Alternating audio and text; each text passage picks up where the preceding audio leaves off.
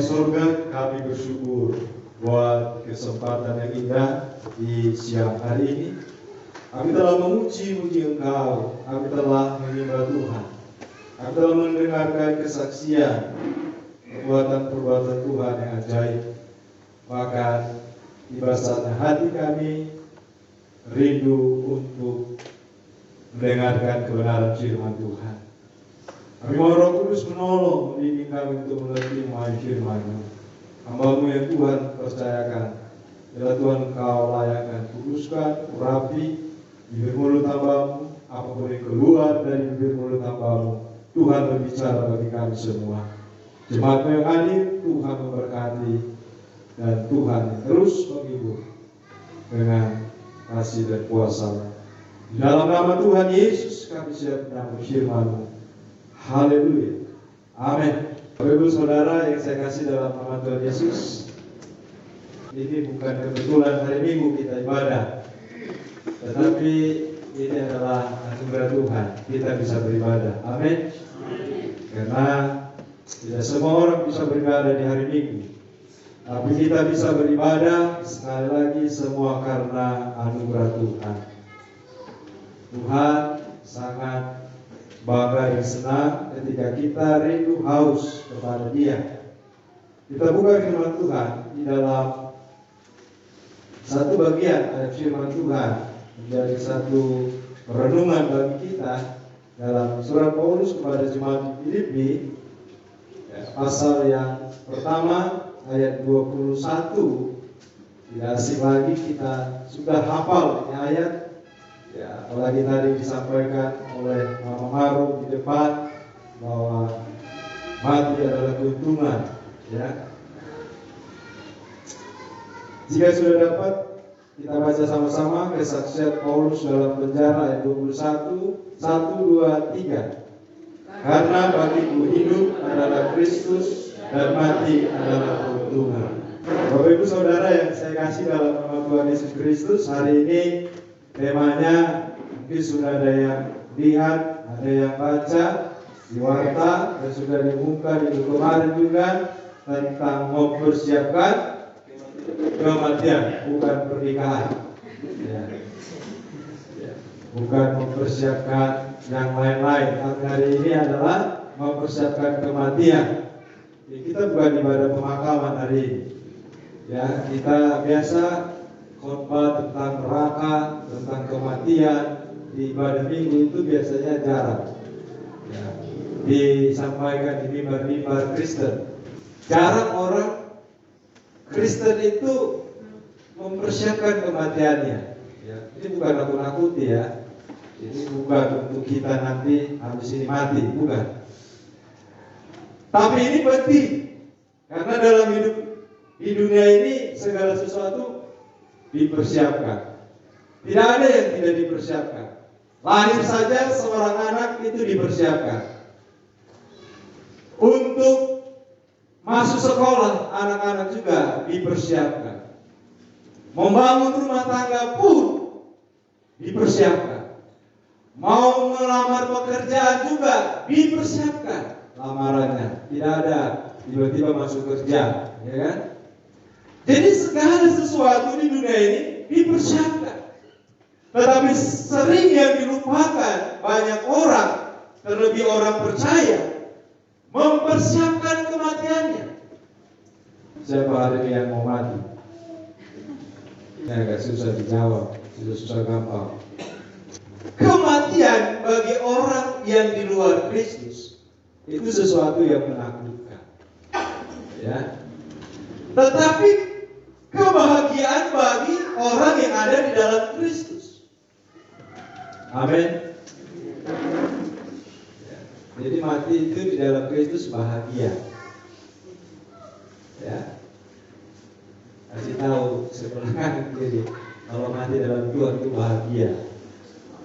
Bahkan ayat firman Tuhan Filipi 1:21 Paulus katakan adalah keuntungan.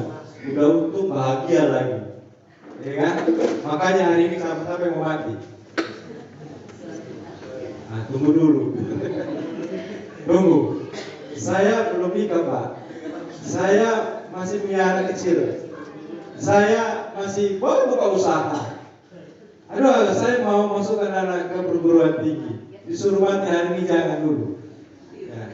Loh, mau hidup ini mau bahagia, mau untung? Siapa yang mau bahagia? Ini dia jangan jebakan lagi ya. Nanti disuruh mati lagi hari ini. Bapak Ibu Saudara, kalau kita sudah mempersiapkan kematian dalam hidup di dunia ini, maka kematian bukan lagi sesuatu yang menakutkan. Amin. Kenapa orang takut mati? Karena belum dipersiapkan. Coba suruh orang menikah yang belum nikah. Pasti jawabannya saya belum siap. Ada nggak mau, belum siap. Memang apa yang dipersiapkan? Oh, bukan badannya saja Pak, hati juga harus disiapkan. Kan gitu loh. Ya. Terlebih apa? Calonnya juga harus disiapkan. Nah, kalau nggak ada calonnya mau gimana mau menikah? Ya kan? Mana ada nikah sendiri-sendiri? Ya kan? Semua dipersiapkan.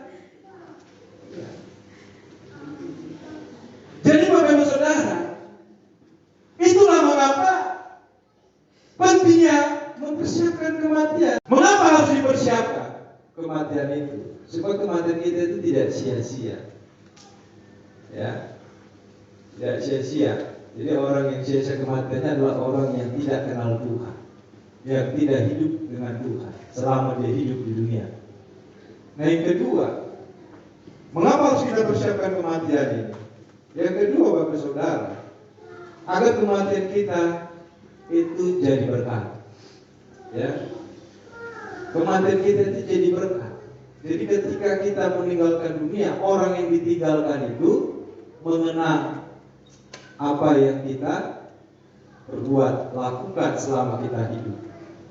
Hidupnya jadi berkat. Jadi kematian orang percaya itu jadi berkat. Dan yang ketiga, mengapa kita harus mempersiapkan kematian? Karena kita tidak tahu waktunya. Ya. Kita tidak tahu waktunya kapan kita mati. Bukan berdasarkan usia, tapi berdasarkan waktu siapa? Waktu Tuhan. Mau bagaimanapun kita mencoba untuk mau mati, tidak mati-mati juga kalau belum waktunya. Ya, seorang bapak ya yang pernah saya layani di Riau, ketika saya praktek setahun, dia cerita dia mau mati, dia bawa truk kelapa sawit, lalu dia masukkan truknya itu ke kanal supaya dia mati. Ternyata dia masih hidup, gak mati-mati Pak, belum waktunya, ya kan? Jadi kita harus mempersiapkan kematian karena kita tidak tahu waktunya. Jangan sampai nanti waktunya tiba-tiba Tuhan datang, ya kan? Jangan seperti jerat. Seperti kata pengkhotbah 9 ayat 12. Karena kita tidak tahu waktunya Bapak Ibu Saudara. Jadi jangan sampai pada waktunya kematian datang itu menjadi satu jerat. Karena tidak tahu waktunya, karena tidak mempersiapkan kematian itu. Ayat 12 sama-sama. Karena manusia tidak mengetahui waktunya, seperti ikan yang tertangkap dalam jalan yang mencelakakan, dan seperti burung yang tertangkap dalam jerat, begitulah anak-anak manusia terjerat pada waktu yang malang, kalau hal itu menimpa mereka secara tiba-tiba. Jadi perlu kita persiapkan kematian supaya waktu yang tidak kita tahu kapan kita mati itu tidak menjadi jerat. Seperti ikan tadi digambarkan, tiba-tiba kena jerat jalan, aduh. Tapi orang-orang percaya, orang-orang Kristen yang mempersiapkan itu bukan menjadi suatu jerat ketika mempersiapkan kematian itu, karena kematian itu adalah kebahagiaan, keuntungan bagi orang percaya. Amin. Jadi perlu Bapak Ibu dipersiapkan supaya jangan menjadi suatu jerat, tapi menjadi satu kebahagiaan, keuntungan, sekalipun kita tidak tahu kapan waktunya. Jadi Bapak Saudara, inilah mengapa kita harus persiapkan. Dan kita hanya sibuk mempersiapkan hal-hal dunia, tapi hal yang paling penting, yang kekal, tidak kita persiapkan. Harus dipersiapkan supaya waktunya yang tidak kita tahu tiba-tiba, kita sudah siap. Ya. Kalau ditanya mau hidup lebih lama di dunia atau mau lebih cepat?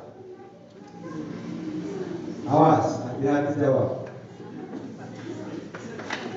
Mau lebih lama lagi hidup di dunia atau mau lebih cepat? Terserah Tuhan. Semua dikembalikan sama Tuhan. Seandainya diminta pilihan lah, ya. Mau lebih cepat, Paulus kan bilang, seandainya saya maunya sih saya lebih cepat, katanya Paulus kan begitu. Ketika kita sudah benar-benar matang mempersiapkan kematian ini, kalau saya pribadi ditanya, ya, jadi tapi jangan ikut saya. Kalau saya pribadi ditanya, kalau hari mau cepat mati atau cepat, atau mau lebih lama di dunia hidup atau lebih cepat mati. Kalau saya sudah tahu kematian itu kebahagiaan, keuntungan, dan sudah jelas, pasti, untuk apa lama-lama di dunia? Bayar listrik nantilah, harus bangun rumah lah, harus pikirkan kebutuhan, ya kan? Pusing. Loh Pak, Bapak kan punya keluarga, punya anak, punya istri. Ya iya. Jadi kenapa Bapak minta cepat mati? Loh karena saya sudah persiapkan kematian saya. Jadi ketika saya mempersiapkan, Tuhan yang bertanggung jawab. Tuhan yang menjamin, bukan saya. Amin. Mau cepat mati? Belum berani juga.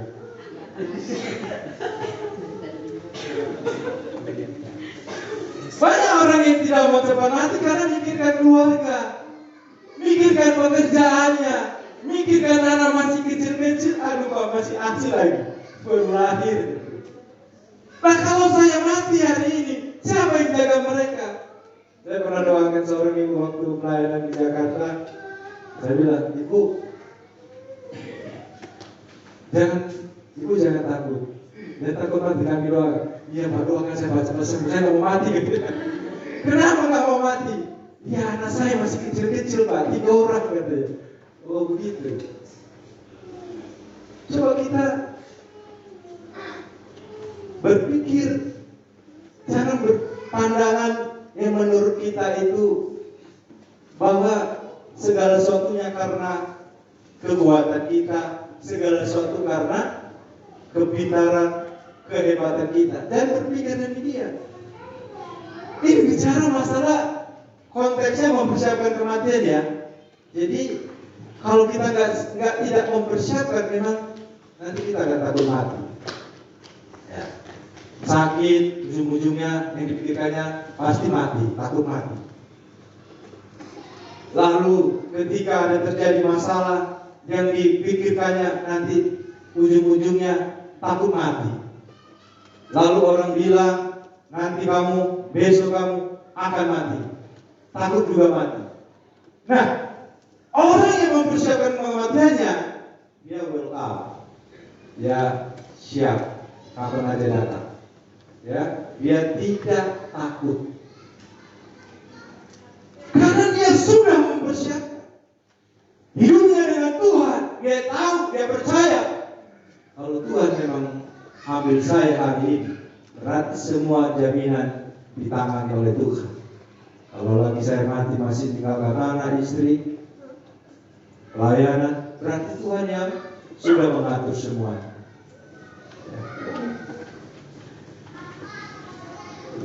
Ini keponakan kami Bintang Lobat Tobing ini, bapaknya meninggal dia kelas 5 SD. Kelas 6 dia datang ke Soe, lalu sekolah sampai dia mau selesai di STT dan mau wisuda nanti bulan September. Kalau bapaknya nggak cepat-cepat mati, nggak jadi dia. Ya kan? Nggak jadi. Makanya kalau dibilang saya mau mati hari ini. Nah, tapi kalau bapaknya lama mati, umur 70 tahun, 80 tahun, 90 tahun, dia di sana nggak tahu mungkin jadi kepala preman. Dia pegang berapa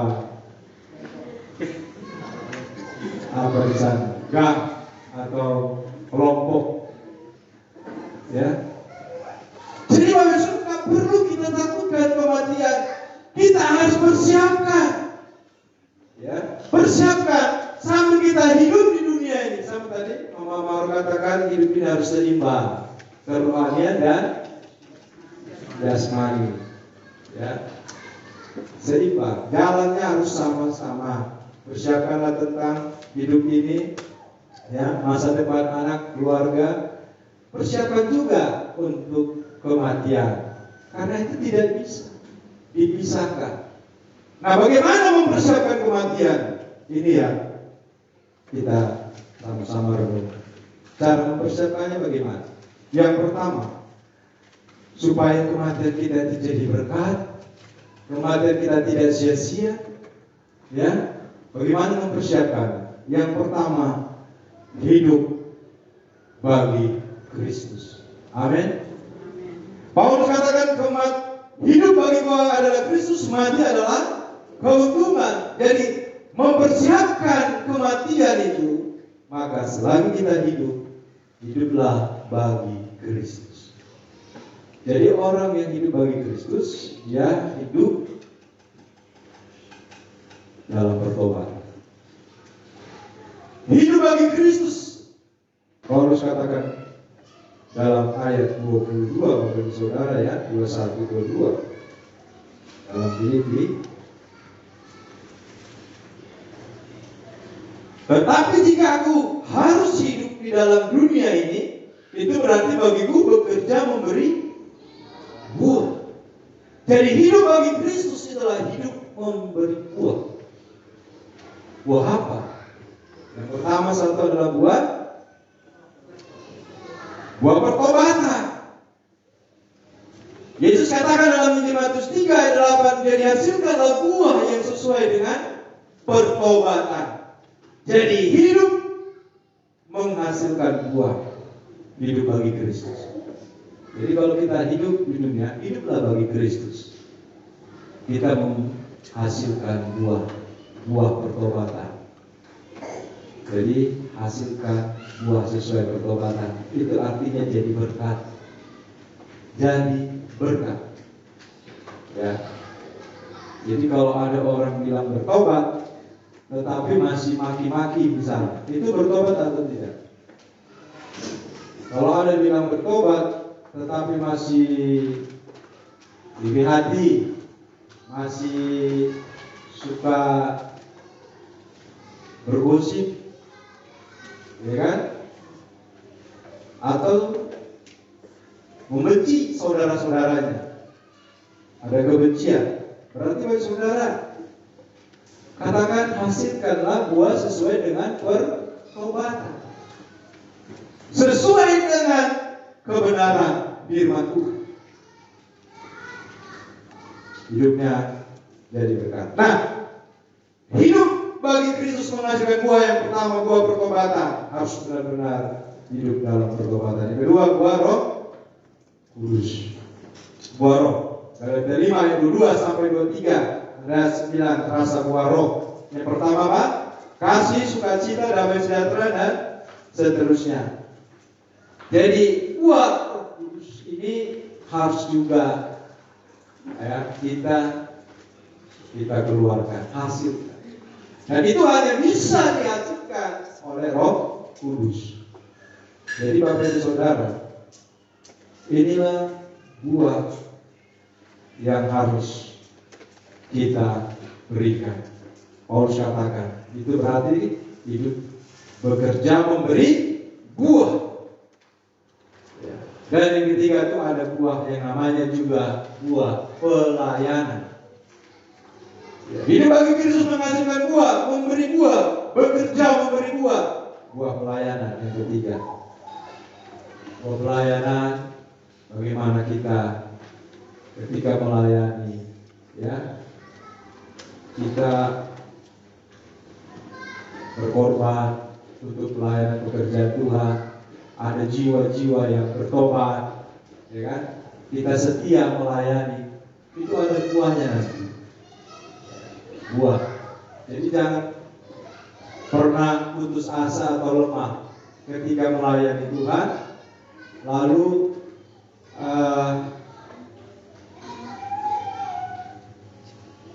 sepertinya tidak ada sesuatu yang dia terima dalam dirinya secara pribadi. Tetapi yang paling utama adalah buah pelayanan itu adalah orang-orang datang kepada Kristus. Dan buah pelayanan itu juga membawa perkembangan pekabaran Injil. Jadi Injil semakin berkembang. Waktu kita melayani seseorang, dia bertobat, lalu orang itu dipakai Tuhan dan dia menjadi mungkin jadi penginjil atau lain sebagainya.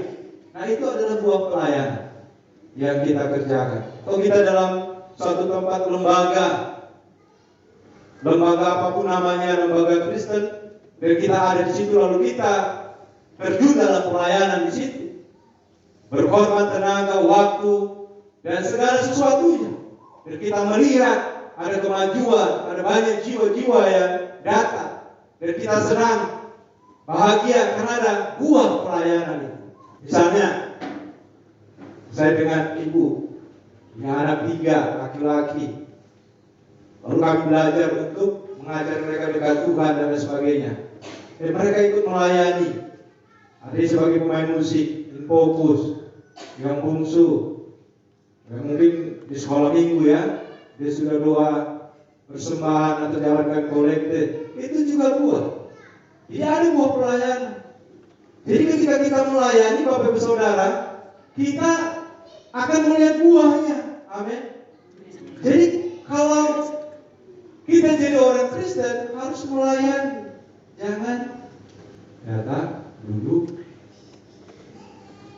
tidak buat apa-apa. Apa yang bisa kita buat? Buatlah pelayanan itu. Nah, kita harus juga berpikir apa yang bisa saya buat. Saya dulu bekerja begitu. Waktu saya di proyek pembangunan rumah. Jadi selesai proyek, banyak papan-papan yang bagus-bagus, banyak yang ini. Saya katakan dengan manajer saya, Pak, boleh nggak ini papan-papan? Kami lagi sedang bangun gereja. Daripada saya lihat orang curi tiap hari hilang. Dia bilang, boleh, saya kumpul semuanya. Dan bisa untuk lantai di sana di daerah Rio itu, karena daerah tanah gambut, jadi dia itu pakai papan, tidak pakai cor tembok, lantainya pakai papan. Jadi berguna sekali. Dan saya mendengar dan saya melihat perkembangan pelayanan di Riau yang pernah saya layani, maju, berkembang, banyak jiwa dan makin bertambah. Oh, saya senang. Ya, rasa bahagia lihat, oh tambah maju nih pelayanannya. Ada pelayanan, ada buah pelayanan kita. Nah, kalau kita hidup di dunia tidak melayani, nah buah pelayanannya apa? Tidak ada kan? Kalau bisa main apa musik dan sebagainya, Bapak Saudara, lakukan. Jangan pendam itu talenta, jangan pendam itu biarkan. Yang bisa MC yang bisa berkorban ya berkorban, tunggu jadwal. Ini neraka. Bagaimana kita mempersiapkan kematian kita? Yang pertama tadi bahwa kita harus hidup bagi Kristus. Itu yang pertama, toh. Yang kedua,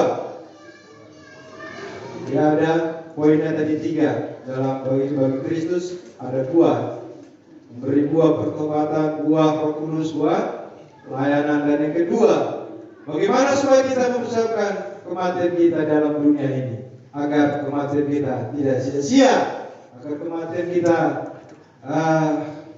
jadi berkat. Yang kedua, hidup kita harus mau memberitakan Injil. Ya. Hidup kita mau memberitakan Injil. Kalau hidupnya tidak beritakan Injil, ini tidak punya kepastian mati masuk surga. Ya, saya perlu sampaikan ini. Orang yang tidak beritakan Injil tidak punya kepastian masuk surga, karena dia tidak mengerti apa itu Injil. Oh, saudara, ini bukan sekedar kabar baik, ya, pernah disampaikan ulang-ulang bahwa Injil itu adalah tindakan Allah untuk menyelamatkan manusia di dalam Kristus Yesus. Kita harus memberitakan Injil. Orang yang memberitakan Injil, dia punya kepastian mati masuk surga, karena dia tidak mau orang lain binasa. Tidak mau. Kalau saya sudah tahu Injil, maka saya akan beritakan Injil supaya orang lain jangan binasa. Tapi kalau ada orang yang sudah mengatakan saya percaya dan pasti masuk surga, tapi tidak beritakan Injil, apa dasar?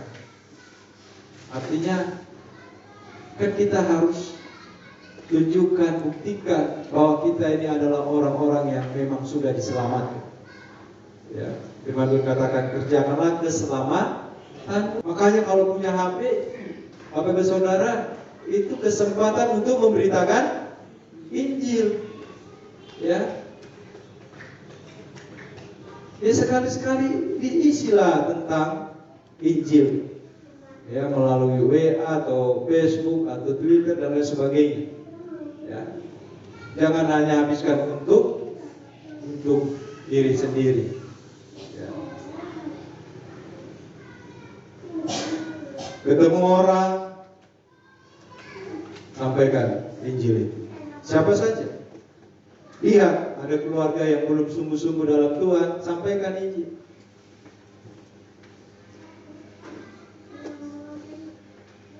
Saya jujur, orang yang memberitakan Injil itu tidak memikirkan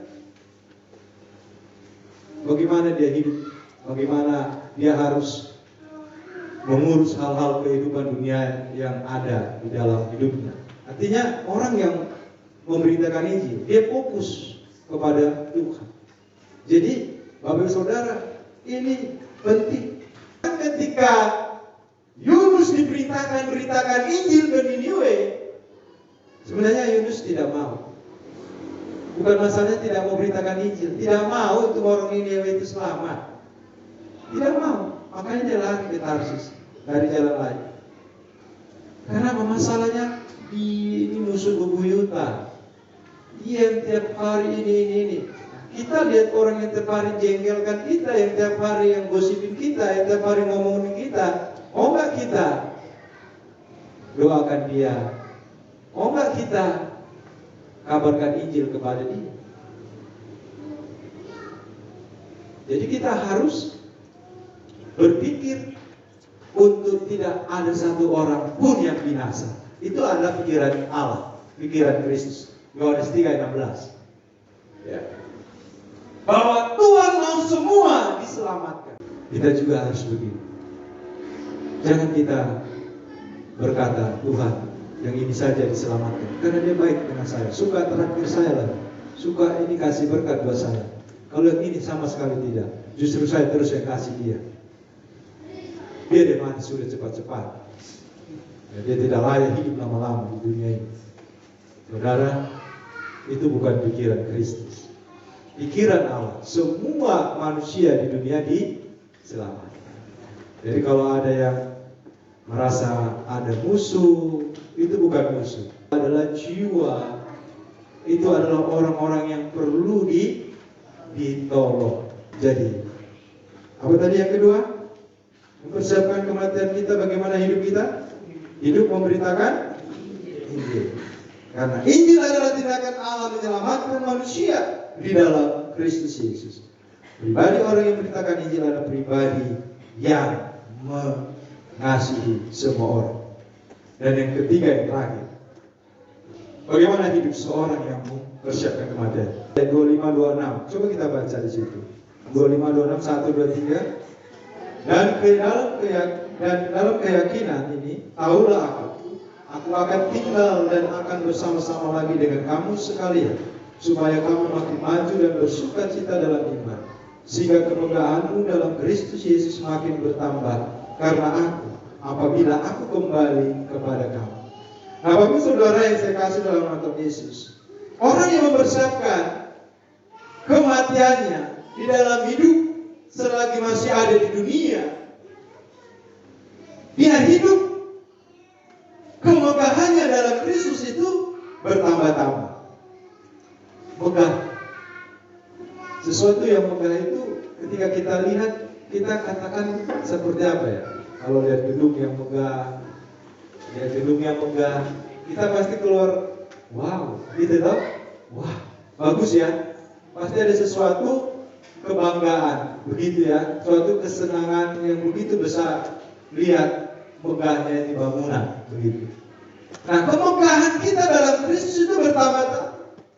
Artinya bahwa orang yang mempersiapkan kematiannya dalam dunia ini, semakin dia bertambah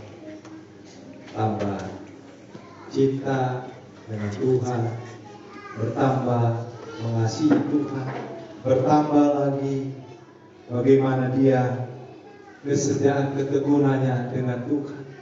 Kemegahannya bertambah-tambah. Jadi waktu berkat Tuhan ada dalam hidupnya, itu tidak menjadi berubah kemegahannya, tapi kemegahannya semakin bertambah di dalam Tuhan. Seperti Bapak Ibu Saudara ketika mendapat berkat, entah naik gaji atau dapat berkat rumah atau dapat berkat dan lain sebagainya, usaha tambah maju dan sebagainya, kemegahannya itu semakin bertambah di dalam Tuhan. Jadi pandangannya semakin wah dengan Kristus, bukan kepada yang di depan mata. Jadi waktu bangsa Israel dipagut ular, ya kan? Dipagut ular, mereka minta tolong supaya mereka sembuhkan banyak buludak ular yang sangat mematikan. Jadi Tuhan buatlah, suruh Musa buat patung, buat tongkat, maksudnya tongkat, dan kepalanya ular. Jadi bagian memandang kepada tongkat, buat tinggi-tinggi supaya alasan umatnya jangan ada, gak kelihatan nanti, makanya saya jadi gak sembuh. Ya, makanya tinggi-tinggi supaya bisa dilihat. Siapa yang melihat dia sembuh tidak mati ketika dipatok ular. Nah, ternyata Bapak Saudara, bangsa Israel berbalik hatinya, bukan malah menyembah kepada Tuhan, tapi menyembah kepada patung ular tembaga itu, dan diberi namanya Nehustan. Jadi berkatnya itu yang dikatakan berkat berubah menjadi laknat, berkat berubah menjadi dosa, karena penyembahan bukan kepada Tuhan tetapi kepada berkat. Saudara, hati-hati. Kita diberkati banyak hal. Kita punya barang, ya semua HP kita punya. Jangan jadi HP itu penyembahan bagi kita. Kita tidak bisa buat sesuatu. Harusnya kita semakin bermegah di dalam Kristus. Karena melihat kecanggihan HP itu, kita bisa ngomong dengan orang tua dari jarak jauh, bahkan luar negeri pun bisa. Kita bisa melihat seisi dunia ini melalui HP juga. Tapi jangan sampai HP itu kita lupa baca kita. Saudara, coba renungkan. Dari sejak kita lahir, kita tidak bawa apa-apa.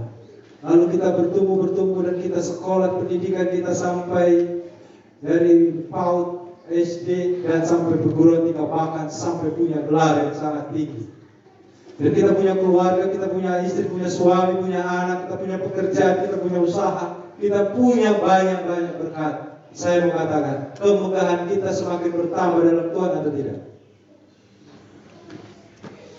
Atau kita semakin biasa-biasa dengan Tuhan? Malas ibadah, malas baca Alkitab, malas, semuanya makin berkurang atau semakin bertambah-tambah. Orang yang biasa dengan Tuhan memang akan menjadi pergumulan berat baca Alkitab. Orang yang makin kurang dekat dengan Tuhan, itu sesuatu yang mustahil baca Alkitab. Bayangkan kerugian sangat besar kalau kita tidak pernah membaca dari Kejadian sampai Wahyu. Kita tidak pernah baca, kita tidak pernah tahu isinya. Ibaratkan senjata tidak tahu menggunakannya. Ibaratkan punya sesuatu tapi kita tidak tahu apa ini yang dia pegang. Saya mau katakan kita semua punya HP 99%, ya kan? Saya mau katakan siapa yang tidak bisa menggunakan HP-nya sampai sekarang? Ada kan? Semuanya bisa, bahkan lebih hebat dari saya. Semua aplikasi bisa dia buka. Tapi saya mau katakan Alkitab, bagaimana kita baca itu? Baca itu Alkitab supaya pikiran kita ini jangan dipenuhi dengan pikiran dunia yang menakutkan, sehingga kematian kita anggap jadi menakutkan. Kalau firman Tuhan sudah dalam hidup kita, hati pikiran kita, kita ini akan selalu jadi anak-anak Tuhan yang luar biasa. Amin. Mari kemegahan kita harus makin bertambah-tambah di dalam Tuhan. Dia sudah mati di atas kayu salib. Untuk apa? Untuk dosa-dosa kita. Saudara, coba renungkan kalimat Yesus mati. Sebenarnya Yesus tidak bisa mati. Dia tidak bisa mati sebenarnya, tapi dia mau mati. Untuk apa? Dosa. Bayang, dosa kita ditanggung. Karena dosa begitu masalah besar bagi manusia. Karena dosa manusia akan binasa. Tapi Tuhan tidak mau manusia ciptaannya binasa. Makanya dia harus turun ke dunia. Dia harus mati untuk menebus dosa.